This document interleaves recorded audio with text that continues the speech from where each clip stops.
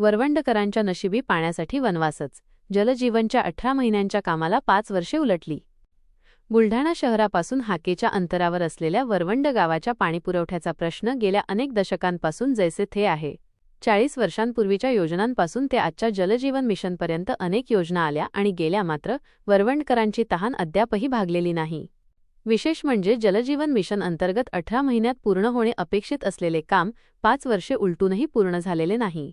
ठेकेदाराच्या या कासवगती कारभारामुळे ग्रामस्थांमध्ये संतापाची लाट उसळली असून आमच्या नशिबी पाण्याचा वनवास कायमचाच का, असा संतप्त सवाल विचारला जात आहे. वरवंड गावाला 40 वर्षांपूर्वी डोंगरखंडाळा येथील विहिरीवरून पाणीपुरवठा केला जात होता. त्यानंतर वाढत्या लोकसंख्येचा विचार करून येळगाव धरण येथून 13 खेडी योजनेअंतर्गत गावात पाण्याची टाकीही उभारण्यात आली. मात्र ही योजनाही अर्धवट राहिल्याने गाव तहानलेलेच राहिले. त्यानंतर शासनाने तात्पुरती उपाययोजना म्हणून स्थानिक शेतकऱ्याच्या विहिरीवरून योजना राबवली, पण ती देखील तांत्रिक कारणांमुळे निकामी ठरली. पंतप्रधान नरेंद्र मोदी यांच्या संकल्पनेतील हर घर जल या मोहिमेअंतर्गत वरवंड गावाला मोठी योजना मंजूर झाली. नियमानुसार या योजनेचे काम 18 महिन्यांच्या आत पूर्ण करणे बंधनकारक होते. मात्र प्रत्यक्षात चित्र उलटे आहे.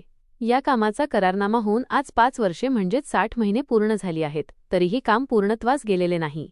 ठेकेदाराच्या या दिरंगाईमुळे केंद्र सरकारची ही महत्त्वाकांक्षी योजना वरवंडमध्ये केवळ कागदावरच अडकली की काय, अशी भीती व्यक्त होत आहे.